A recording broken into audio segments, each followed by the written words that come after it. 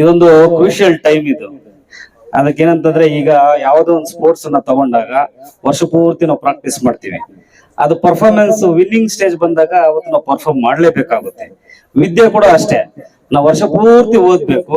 ಈಗ ಪರ್ಫಾರ್ಮ್ ಮಾಡೋ ಟೈಮು, ನಿಮ್ಮ ಒಂದು ಸಾಮರ್ಥ್ಯವನ್ನ ಸಾಬೀತು ಮಾಡಿಸ್ಕೊಳ್ಳುವಂತ ಟೈಮು. ಈ ಟೈಮಲ್ಲಿ ನೀವು ಸ್ವಲ್ಪ ಎಫರ್ಟ್ ಹಾಕಿ ಈ ವರ್ಕ್ಶೀಟ್ಸ್ ಮೇಲೆ ನಿಮ್ಮ ಎಲ್ಲ ಎಫರ್ಟ್ ಅನ್ನ ತೋರಿಸಿ ಪ್ರಾಕ್ಟೀಸ್ ಮಾಡಿ ಎಕ್ಸಾಮ್ ಕೂತ್ಕೊಂಡಿದೆ ಆದಲ್ಲಿ ಡೆಫಿನೆಟ್ ಆಗಿ ನಿಮ್ಗೆ ಪ್ರತಿಫಲ ಸಿಗುತ್ತೆ ಅಂತ ನಾನು ಬಯಸ್ತೀನಿ.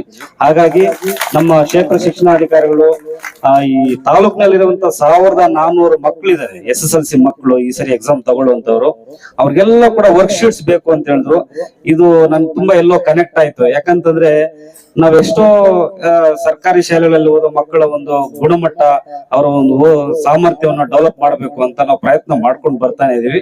ನಮ್ಗ ಒಂದು ಇವಾಗ ಅನಿಸ್ತು ಒಬ್ಬ ರೈಟ್ ಪರ್ಸನ್ ನಮ್ಗೆ ಕನೆಕ್ಟ್ ಆಗಿದ್ದಾರೆ ಅಂತ. ನಿಜವಾಗ್ಲೂ ಅದು ತುಂಬಾ ಧನ್ಯವಾದಗಳನ್ನ ಹೇಳ್ಬೇಕಾಗುತ್ತೆ. ಆತರ ನಮ್ಗೆ ಇಷ್ಟು ವರ್ಷಗಳು ಕೂಡ ನಮ್ಗೆ ಹಲವಾರು ಸಹಕಾರವನ್ನು ಕೊಟ್ಟಿದ್ದಾರೆ. ಬಟ್ ನೀವು ಕೂಡ ಅದಕ್ಕಿಂತ ಇನ್ನು ಒಂದು ಒಳ್ಳೆ ವ್ಯಕ್ತಿ ಕನೆಕ್ಟ್ ಆಗಿದ್ದಾರೆ ಅಂತ ಇನ್ನೊಂದಷ್ಟು ಇನ್ಸ್ಪಿರೇಷನ್ ನಮ್ಗೆ ಸಿಗೋ ತರ ಖಂಡಿತ ಇನ್ಸ್ಪಿರೇಷನ್ ಅಂತ ನಾನು ಭಾವಿಸ್ತೀನಿ. ಹಾಗಾಗಿ ಏನು ಇದನ್ನೆಲ್ಲ ಕೇಳಿದ್ರು, ನಾವು ಈಗಾಗಲೇ ಎಲ್ಲ ವ್ಯವಸ್ಥೆ ಮಾಡಿದೀವಿ. 1400 ವರ್ಕ್ಶೀಟ್ಸ್ ಅನ್ನ ಜೊತೆಗೆ ಇನ್ನೂ ಹೆಚ್ಚಾಗಿ 1 ಬುಕ್ 2 ಬುಕ್ ಎಕ್ಸ್ಟ್ರಾ ಅಡಿಷನಲ್ ಆಗಿ ಕೊಳ್ಳೋದಕ್ಕೆಲ್ಲ ನಾವು ವ್ಯವಸ್ಥೆ ಮಾಡಿದ್ವಿ. ನೀವೆಲ್ಲ ಕೂಡ ಚೆನ್ನಾಗಿ ಬರೆದು ಈಗಾಗಲೇ ಮೊದಲೆಲ್ಲ ನಾನು ಓದ್ತಾ ಇರ್ಬೇಕಾದ್ರೆ ಅಥವಾ ಸುಮಾರು ಬ್ಯಾಕ್ ವರ್ಷಗಳು ನಾವು ನೋಡಿದಾಗ ಉಡುಪಿ, ಕಾರ್ಕಳ, ಮಂಗಳೂರು, ದಕ್ಷಿಣ ಕನ್ನಡ ಆ ಕಡೆ ಭಾಗಗಳ ಜಿಲ್ಲೆಗಳ ತಾಲೂಕುಗಳ ಒಂದು ಶಾಲೆಗಳು, ಸರ್ಕಾರಿ ಶಾಲೆಗಳು ಹೈಯೆಸ್ಟ್ SSLC ಮಾರ್ಕ್ಸ್ ತಗೊಳ್ತಾ ಇದ್ರು. ಫಸ್ಟ್, ಸೆಕೆಂಡ್, ಥರ್ಡ್ ಆ ತರ ಬರ್ತಾ ಇದ್ರು. ನಮ್ ಕೋಲಾರ ಜಿಲ್ಲೆ 7ನೇ ಪ್ಲೇಸ್, 8ನೇ ಪ್ಲೇಸ್, 10ನೇ ಪ್ಲೇಸ್ ಆ ತರ ಬರ್ತಾ ಇತ್ತು. ಈಗ ಅದನ್ನೆಲ್ಲ ಕಾಲ ಬದಲಾಗಿದೆ. ನಾವು ಕೂಡ ಫಸ್ಟ್ ಬರ್ಬೋದು, ಅದೇನ್ ದೊಡ್ಡ ಕಷ್ಟ ಏನಿಲ್ಲ. ಕಷ್ಟಪಟ್ರೆ ಮುಳಬಾಗಿಲು ತಾಲೂಕಿಗೆ ಈ ಸ್ಟೇಟ್ ಅಲ್ಲಿ ಫಸ್ಟ್ ಬರ್ಬೋದು. ಎಲ್ಲದಕ್ಕೂ ಮುಳಬಾಗಿಲು ತಾಲೂಕು ಫೇಮಸ್. ಎಜುಕೇಶನ್ ಯಾಕಿಲ್ಲ, ನಾವ್ಯಾಕೆ ಹಿಂದೆ ಇರ್ಬೇಕು? ನಾವು ಫಸ್ಟ್ ಬರೋಣ, ತಗೊಳ್ಳಿ, ಚೆನ್ನಾಗಿ ಬರೀರಿ. ಇನ್ನ ನೆಕ್ಸ್ಟ್ ಈ ವರ್ಷ ಏನೆಲ್ಲ ಬೇಕು ಎಜುಕೇಶನ್ ನಿಮ್ಗೆಲ್ಲ ಡೆವಲಪ್ ಆಗ್ಲಿಕ್ಕೆ ಅದೆಲ್ಲ ಕೂಡ ನಾವು ಶಿಕ್ಷಣದ ಇಲಾಖೆ ಜೊತೆ ಇರ್ತೀವಿ ಅಂತ ಹೇಳ್ತಾ, ಹಾಗಾಗಿ ನಿಮ್ಮೆಲ್ಲ ಸರ್ಕಾರಿ ಶಾಲೆಗಳ ಒಂದು ಅಭಿವೃದ್ಧಿಯೇ ನಾವು ನಮ್ ಧ್ಯೇಯ ಅಂತ ಇಟ್ಕೊಂಡಿದೀವಿ. ನಮ್ಮ ಯಣಗಿರಪ್ಪ ಸರ್ ಹೇಳ್ತಾ ಇದ್ರು, ಪ್ರಾಥಮಿಕ ಶಾಲಾ ಶಿಕ್ಷಕರಿಗೆ ಶಾಲೆಗಳಿಗೆ ಏನಕ್ಕೆ ಒತ್ತು ಕೊಡ್ತೀವಿ ಅಂತ.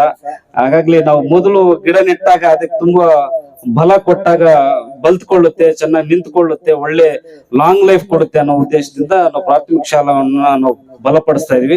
ಅದ್ರ ಜೊತೆಗೆ ಅದರ ಮೇಲೆ ಹಂತದಲ್ಲಿ ಬರುವಂತ ಎಲ್ಲಾ ಶಾಲೆಗಳು ಕೂಡ ನಾವು ಗಮನ ಹರಿಸ್ತೀವಿ ಸರ್. ದಯವಿಟ್ಟು ತಪ್ಪು ತಿಳಿಬಾರ್ದು ಅಂತ ಹೇಳ್ತಾ ಶಾಲೆ ಕೂಡ ಭೇಟಿ ಮಾಡ್ತೀವಿ.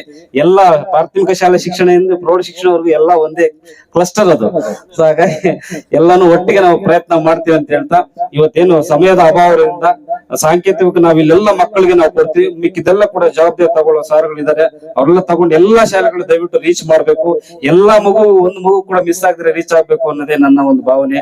ಆದ್ರಿಂದ ನಿಮ್ಗೆಲ್ಲರೂ ಕೂಡ ಈ ವೇದಿಕೆ ಮೇಲೆ ಇರುವಂತ ಎಲ್ಲ ಶಿಕ್ಷಣ ಇಲಾಖೆಗೆ ಸಂಬಂಧಪಟ್ಟ ಎಲ್ಲಾ ಅಧಿಕಾರಿಗಳಿಗೂ, ಆ ಕಡೆ ಇರುವಂತ ಎಲ್ಲಾ ಶಿಕ್ಷಕಿಯರಿಗೂ, ಮುಖ್ಯವಾಗಿ SSLC ಮಕ್ಕಳು ಎಲ್ಲರಿಗೂ, ನಮ್ಮ ಮಾಧ್ಯಮ ಮಿತ್ರರು ಎಲ್ಲರೂ ನಮ್ಮ ಮಾತಿಗೆ ಮನ ಕೊಟ್ಟು ಬಂದಿದೆ, ಅವ್ರಿಗೂ ಎಲ್ಲ ಕೂಡ ವಂದಿಸಿ ನನ್ನ ಮಾತನ್ನ ಮುಗಿಸ್ತಾ ಇದ್ದೀನಿ. ಜೈ ಹಿಂದ್, ಜೈ ಕರ್ನಾಟಕ. ಒಳ್ಳೇದಾಗ್ಲಿ.